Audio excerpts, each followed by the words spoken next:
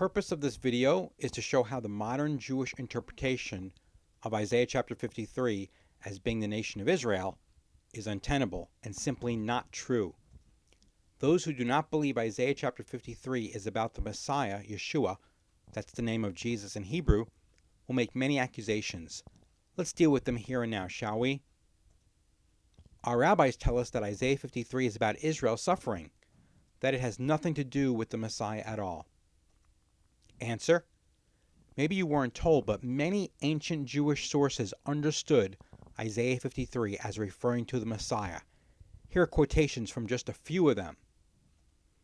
Here's a quotation. I'll let you read the blue, but every blue that you see here is a reference to Isaiah 53, and it is from a Jewish source. Again, these are all quotations from Jewish people, Jewish writers, Jewish sources, and they all refer to Isaiah 53 as the Messiah. There are many more quotes like these in other types of ancient Jewish literature. Again, I'm not saying that those quoted here believed in Yeshua, Jesus, as Messiah. What I'm simply saying is that those who accuse us falsely of turning this into a Messianic prophecy when they say it is really about Israel are either A, lying, or B, ignorant of their own Jewish ancient writings. Next accusation they make: Israel is a servant in this chapter. Just look back at Isaiah chapter 44, verse 1, where Israel is called my servant. Answer: actually, Israel is indeed just one of the servants mentioned in the book of Isaiah. In Isaiah chapter 20, the prophet Isaiah is called my servant. In Isaiah chapter 22, Elohim is called my servant. In Isaiah chapter 37, King David is called my servant. And even in Isaiah chapter 45, King Cyrus is called God's anointed. So to say that Israel is the only servant in the book of Isaiah is misleading. There is clearly more than one servant in this book. Next accusation: aren't the Gentile kings speaking in this chapter? Look at the verse just before Isaiah chapter 53.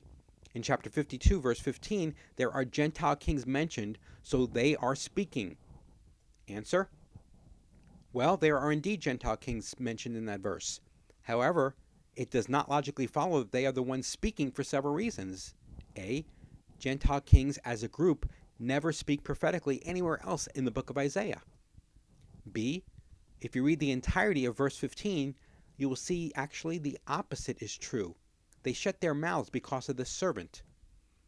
Speaking and shutting their mouths are exactly opposite events. You can't have it both ways. Either the Gentile kings are speaking or they shut their mouths. The text says that they shut their mouths.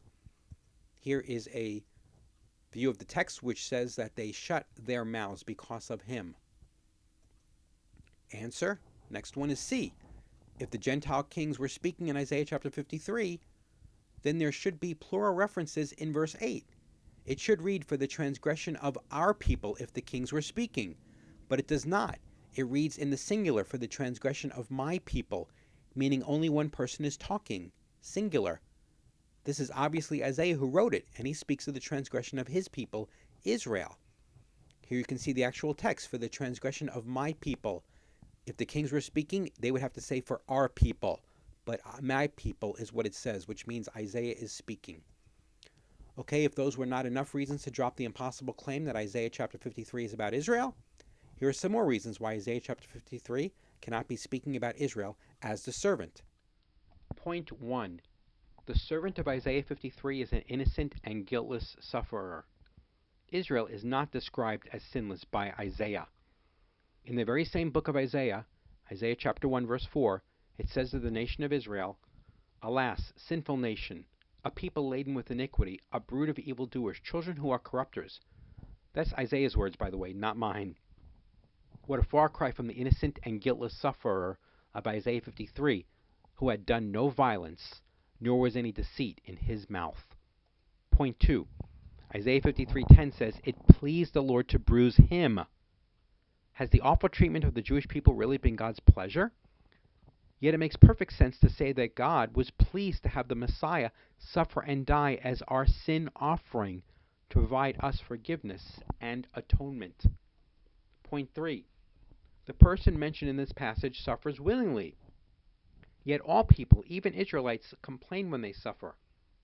Can we really say Jewish suffering during the Holocaust and during the preceding centuries was done willingly? Point 4. The figure described in Isaiah 53 atones for his people's sins. This is important. The Hebrew word used for Isaiah 53:10 for sin offering is asham, which is a technical term from Leviticus meaning sin offering. In other words, Isaiah uses a term used from the Torah for the word sin offering to describe this servant. Point 5. It is the prophet Isaiah who is speaking in this passage. He says, "Who has believed our message?"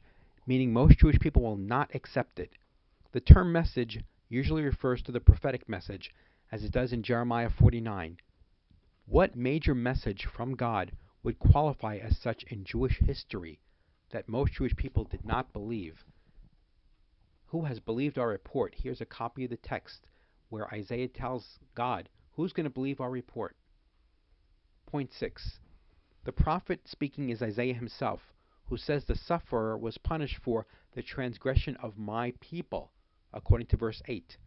So the servant cannot be Israel as well. Point 7.